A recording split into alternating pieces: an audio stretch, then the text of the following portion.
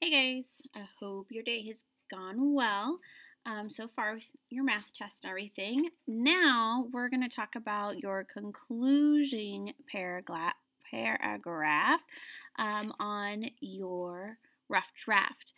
Um, Make sure that you go back and you reread your entire paper.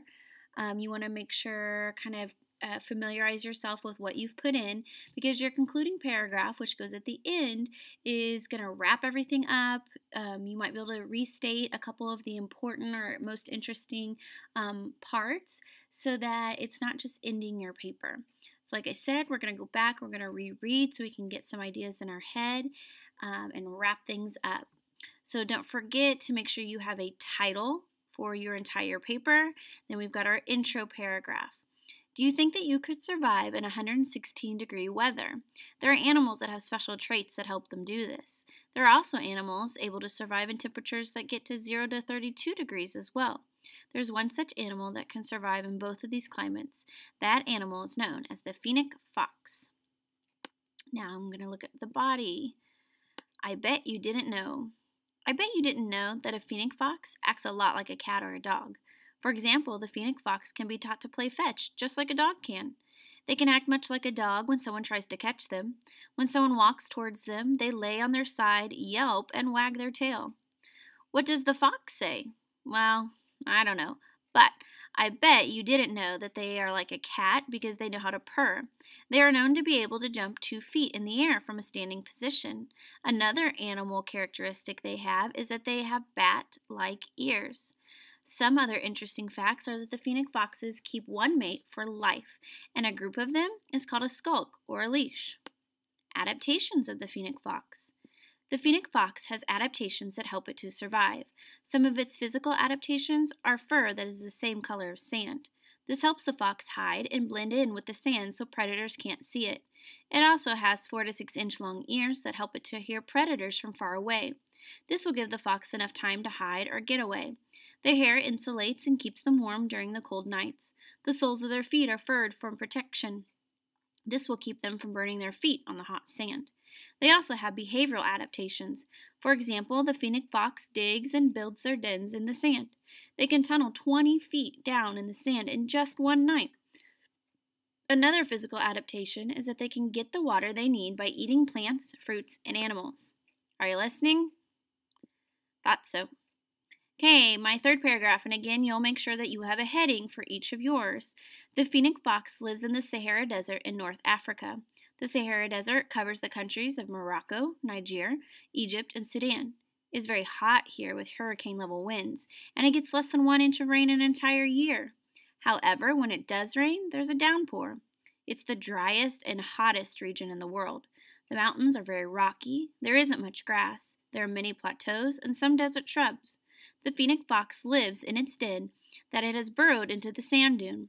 If the fennec fox's desert region were destroyed, then I believe that it would be able to survive in another habitat that might have cold winters, hot summers, and other small animals, fruits, and plants for it to eat. Its insulated fur, padded feet, and ability to retain the water it needs would help it to survive there. All right, so we're ready to start a conclusion. Something different about the conclusion is you do not need a heading for it. It just kind of wraps things up, and just like in your science textbooks and other nonfiction books that you see, there probably isn't going to be a heading on those conclusions as well. You can put a little bit of your voice in it, and that's fine too. It doesn't just all have to be statements. You can use interrogative. Not interrogative, I'm sorry. You can use questions in it and things like that. All right, so here we go. Let's see. So I'm going to space down, and I'm going to use my tab button once to indent, and make sure you have at least 4 to 5 sentences.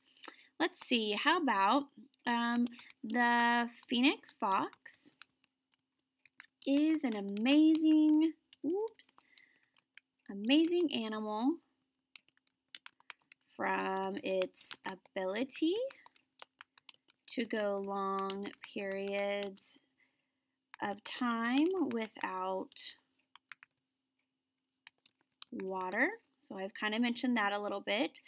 To its soft tan, which I've mentioned, fur that helps to camouflage it from its predator. See how I worked in that science vocabulary term there? That would be helpful. Let's see, how about the fact that it is the smallest, oops, it's like I'm really there with you guys, isn't it? Smallest of all foxes.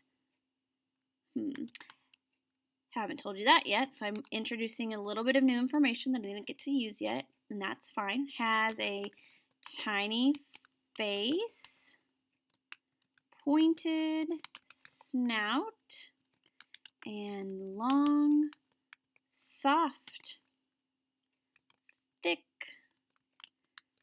fur may make it one of the cutest animals. And I know I've got some mistakes there, but I'm going to leave that so when I go back and show you how to revise and edit, I can have that as an example. Let's throw in a question. How about thinking about some of the information I used above? Who needs a pet dog or cat when it eats rodents? So here's some new info. Reptiles. Yep, that was right. And insects can play fetch. So again, I'm restating some information from above. And can purr. And that was a question, so I got a question mark. Here I want to think of a sentence that can kind of bring it to a nice closing where it doesn't just kind of drop off, like walked off the edge and it's no more. And so to tie that in, a fennec fox as a pet may just be the best of both worlds, meaning it could be the best of a dog and a best of a cat. So I want to double check. I've got, let's see, 1 sentence, 2 sentences, 3 sentences, 4 sentences, and I want to read it back to myself to make sure it makes sense. Catch more now so you have to fix less later. The fennec fox is an amazing animal from its ability to go long periods of time without water to its soft tan fur that helps to camouflage it from its predators. The fact that it is the smallest of all foxes, has a tiny face, pointed snout, and long, soft, thick fur may make it one of the cutest animals. Who needs a pet dog or cat when it eats rodents, reptiles, and insects, can play fetch, and can purr? A fennec fox, a fennec fox as a pet may just be the best of both worlds. So as you go back to your seats and work on your papers today, make sure first you have your intro and you have your 3 body paragraphs. Then you can start on your conclusion. If you finish your conclusion, I would like you to raise your hand, and Mrs. Phillips can come around and kind of make sure you have met the goal basically with your conclusion. If you need her to read any of the other parts that myself or Miss Taylor had not done yet, that is fine as well. And then she will let you know what you can work on after that. I hope things are going great, and I hope you have a great rest of your day, and I will see you on Monday.